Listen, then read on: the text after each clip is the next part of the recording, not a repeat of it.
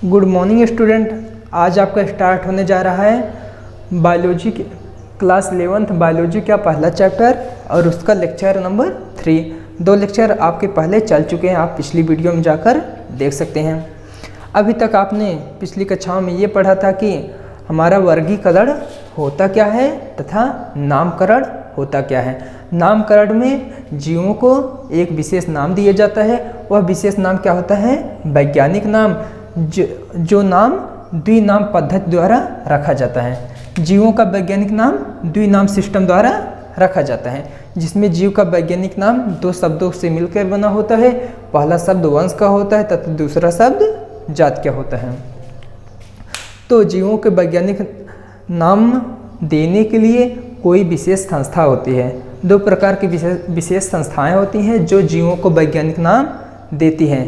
एक ऐसी संस्था जो जंतुओं को वैज्ञानिक नाम देती है, एक ऐसी संस्था जो वनस्पतियों या पेड़ पौधों को वैज्ञानिक नाम देती है। पहली संस्था क्या है देखते हैं। पहली संस्था क्या है? ICBN international code for botanical nomenclature. दूसरा क्या है? ICZN international code of zoological nomenclature. जो ICBN यानी international code for botanical nomenclature है, यह वनस्पतियों को वैज्ञानिक नाम प्रदान करती है। जो ICZN है यह जंतुओं को वैज्ञानिक नाम प्रदान करती है। यानी यही दोनों संस्था क्या करती हैं? जीवों को वैज्ञानिक नाम देने का लेखा जोखा रखती हैं या बताती हैं कि किस जीव का वैज्ञानिक नाम क्या होगा, किस जीव का वैज्ञानिक नाम क्या होगा। इन दोनों चीज़ों में मोस्ट इम्पॉर्टेंट चीज़ क्या है कि जो कोड के बाद इसमें ICBN में कोड के बाद फार लगाया जाता है, जबकि ICZN में कोड के पश्चात ऑफ लगाया जाता है। ये दोनों चीज़ को याद रखना बड़ा ही इंपॉर्टेंट चीज़ है। इसके अलावा ये पूछा जाता है कि ICBN का काम क्या होता है तथा ICZN का काम क्या होता है। ICBN का काम क्या होता है? यह वनस्पतियों को वैज्ञानिक नाम प्रदान करने वाली संस्था है, जबकि ICZN यह जंतुओं को वैज्ञानिक नाम प्रदान करने वाली संस्था होती है। अगर इसका फुल फॉर्म लिखने को बोल दिया तो इंटरनेशनल कोड के बाद क्या लगाओगे? फार लगाओगे इसमें वाले में, जबकि इसमें कोड के बाद आप लगाओगे। ठीक है, तो हमारा आज का नेक्स्ट टॉपिक क्या बनता है? वर्गीकी अथवा टैक्सोनॉमी। अब इस वर्गीकी अथवा टैक्सोनॉमी में किया जाता है, इसमें वर्गीकरण का अध्ययन किया जाता है। वर्गीकी में वर्गीकरण का अध्ययन किया जाता है। तो परिभाषा क्या बनती है? जीव विज्ञान की वह शाखा जिसके अंतर्गत वर्गीकरण का अध्ययन किया जाता है वर्गीकी कहलाता है अथवा टैक्सोनॉमी कहलाता है। और वर्गीकरण करने हेतु वर्गीकी में जिन छोटे छोटे समूहों अथवा श्रेणियों अथवा स्तरों का प्रयोग किया जाता है उसे क्या कहते हैं? वर्गक अथवा टैक्सा अथवा टैक्सान। वर्गीकरण करने हेतु जिस छोटे छोटे समूहों अथवा शब्दों का प्रयोग किया जाता है उसे क्या कहते हैं? वर्गक अथवा टैक्सा अथवा टैक्सान। ये तीनों चीज़ें एक ही हैं। यानी इसके साथ ही वर्गीकी के साथ आपका ये भी हो गया। वर्गीकी के वर्गक क्या होते हैं अथवा टैक्सा क्या होता है अथवा टैक्सान। तो आप क्या बताओगे? वर्गीकरण करने हेतु वर्गीकी में जिन छोटे छोटे शब्दों तथा समूहों का प्रयोग किया जाता है या जिन छोटे छोटे टेक्निकल वर्डों का प्रयोग किया जाता है या अक्षरों का प्रयोग किया जाता है उसे ही वर्गीकी के वर्गक अथवा टैक्सा अथवा टैक्सान कहते हैं। अब ये देखते हैं होते क्या हैं, ये सब होते क्या हैं। ये सब 5, 6, 10, 8 प्रकार के होते हैं, वही लिखते हैं। एक क्या हो जाता है? डोमेन हो जाता है, जगत हो जाता है, वंश हो जाता है, कुल हो जाता है, जाति हो जाता है, गण हो जाता है, वर्ग हो जाता है, प्रभाग हो जाता है। ये सब संघ हो जाता है।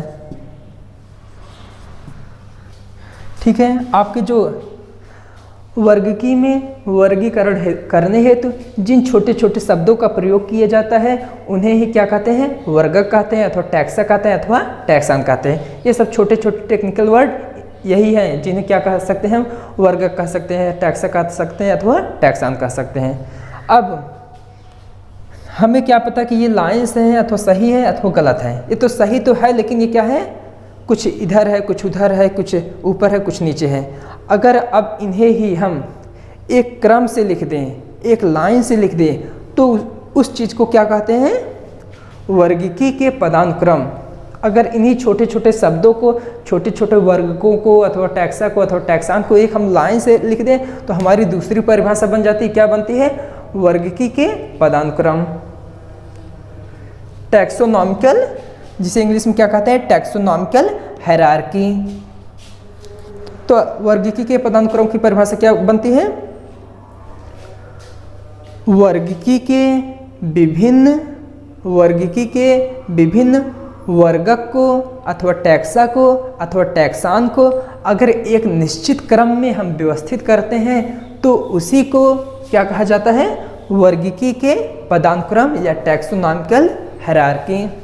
अब यह क्रम किस में किया जाता है, वर्गीकी के घटते हुए क्रम में किए जाते हैं। यानी ऊपर से नीचे चलोगे तो तुम्हें यह प्राप्त होगा कि यहाँ पर वर्गीकी का घटता हुआ क्रम प्राप्त हो रहा है। अभी ये कैसे घटता हुआ क्रम है, कैसे बढ़ता हुआ क्रम है, नेक्स्ट स्लाइड में आप पता चल जाएगा।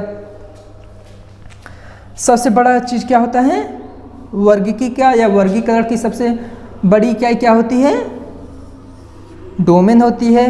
उसके बाद जगत होता है, उससे छोटा संघ होता है, उससे छोटा वर्ग होता है, उससे छोटा गण होता है, उससे छोटा कुल होता है, उससे छोटा वंश होता है और सबसे छोटा जाति होता है। यानी वर्गीकी के अथवा वर्गीकरण की सबसे बड़ी इकाई क्या है, डोमेन है, और सबसे छोटी इकाई जाति है।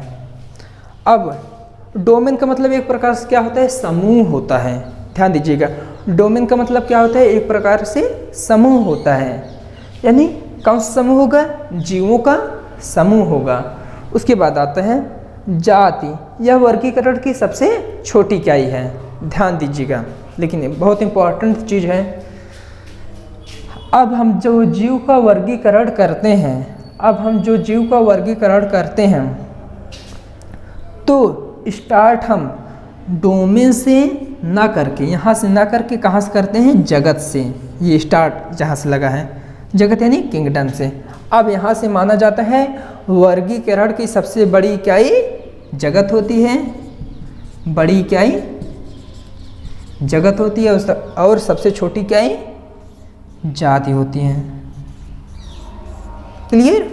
अब आपसे कोई पूछे वर्गीकी के अथवा वर्गीकरण की सबसे बड़ी इकाई क्या है, जगत है, सबसे छोटी इकाई जाति है।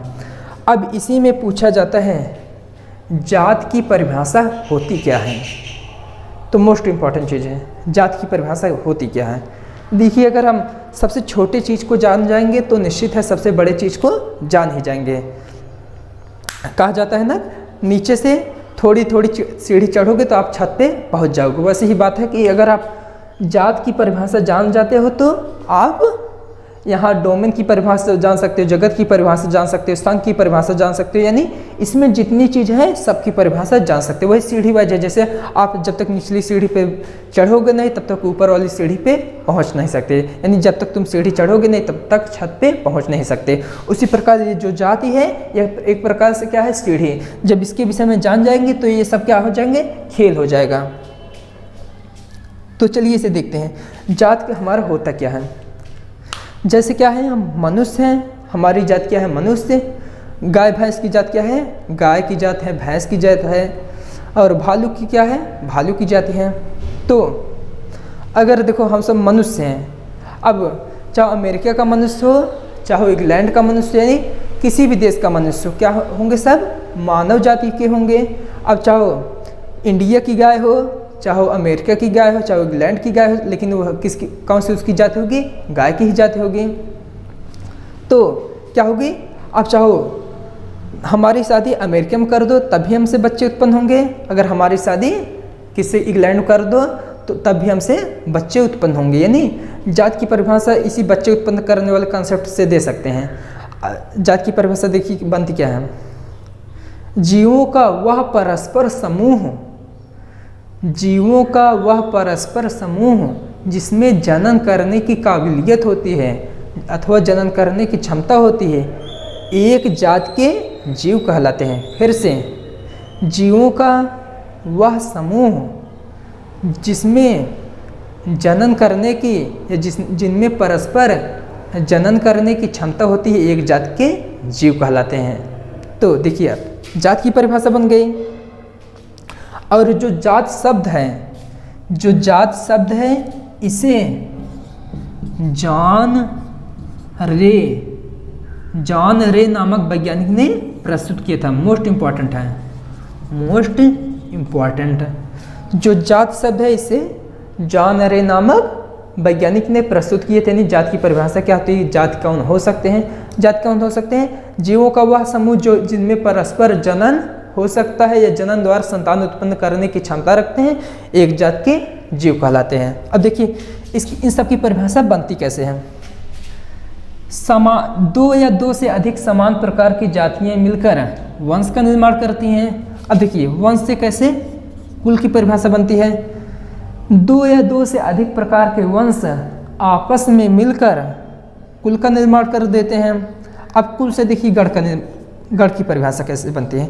दो या दो से यहाँ पर देखिए जात से कैसे वंश की परिभाषा बनती है। दो या दो से अधिक प्रकार की समान जातियां मिलकर वंश का निर्माण करती हैं। अब दो या दो से अधिक समान प्रकार के वंश मिलकर कुल का निर्माण करते हैं। दो या दो से अधिक समान प्रकार के कुल मिलकर गढ़ का निर्माण करते हैं। दो या दो से अधिक समान प्रकार के गढ़ आपस में मिलकर वर्ग अथवा प्रभाग का निर्माण करते हैं। ध्यान देने की बात है, दो या दो से अधिक समान प्रकार के गढ़ आपस में मिलकर वर्ग अथवा प्रभाग का निर्माण करते हैं। ये जंतुओं के लिए वर्गीकरण में वर्ग का यूज किया जाता है इस स्थान पर संघ के बाद, जबकि पौधों के लिए वर्गीकरण में संघ के बाद प्रभाग का उपयोग किया जाता है। ये ध्यान दो, ये जंतुओं के लिए है, ये पौधों के लिए है। अब आ जाते हैं यहाँ पर, दो या दो से अधिक समान प्रकार के वर्ग आपस में मिलकर संघ का निर्माण करते हैं, और दो या दो से अधिक समान प्रकार के संघ आपस में मिलकर जगत का निर्माण करते हैं। अब आपका जगत दो प्रकार का होता है, एक जंतु जगत, एक पादप जगत। एक जंतु जगत, एक पादप जगत। देखिए अभी तक हमने क्या बोला था, दो या दो से अधिक समान प्रकार के जात मिलकर वंश का निर्माण करेगी। दो या दो से अधिक समान प्रकार के वंश मिलकर कुल का, दो या दो से अधिक समान प्रकार के कुल मिलकर गण का, उसी प्रकार वर्ग का, उसी प्रकार संघ का, उसी प्रकार जगत का। जगत तक तो समान समान हो गया। उसके बाद आ जाता है जो जगत होता है, दो होता है, एक जंतु जगत, एक पादप जगत। तो अब जंतु जगत से देखिए, जंतु जगत और पादप जगत ये क्या है, दो चीज़ हैं। अब दोनों को अलावा पृथ्वी पर कुछ नहीं होता सूक्ष्म जीवों को छोड़कर। तो जंतु से देखिए, जगत से कैसे डोमेन की परिभाषा बनती है। दो भिन्न भिन्न प्रकार के जगत जिन्हें परस्पर जंतु जगत तथा पादप जगत कहते हैं। दो भिन्न भिन्न, अब देखो भिन्न भिन्न हो गए, यहाँ तक क्या है समान प्रकार के, यहाँ से हो जग भिन्न। दो भिन्न भिन्न प्रकार के जगत जिन्हें क्रमशः जंतु जगत तथा पादप जगत कहते हैं, आपस में मिलकर डोमेन का निर्माण करती है। यानी डोमेन में आपके सभी प्रकार के जीव आ जाते हैं, चाहे जंतु हो चाहे पौधा हो। लेकिन वर्गीकरण करने के लिए हम कहाँ से वर्गीकरण करने के लिए जो वर्गीकी के पदानुक्रम है उसका उपयोग केवल हम यहाँ से यहाँ तक ही करते हैं, केवल यहाँ से यहाँ तक करते हैं, इसे छोड़ देते हैं। क्लियर? तो अब आपसे कोई पूछे वर्गीकरण की सबसे बड़ी क्या है, आप डोमेन न बता के क्या बताओगे, जगत बताओगे, जबकि सबसे छोटी क्या क्या है, जाति। जात क्या होती है, जीवों का वह विशेष समूह जिनमें परस्पर जनन करने की क्षमता होती है, जात कहलाते हैं। जात शब्द को जॉन रे नामक वैज्ञानिक ने प्रस्तुत किया था। जॉन रे नामक वैज्ञानिक को याद करोगे। जैसे जैसे नीचे आओगे क्या होगा, वह वर्गीकी का घटता हुआ क्रम होगा।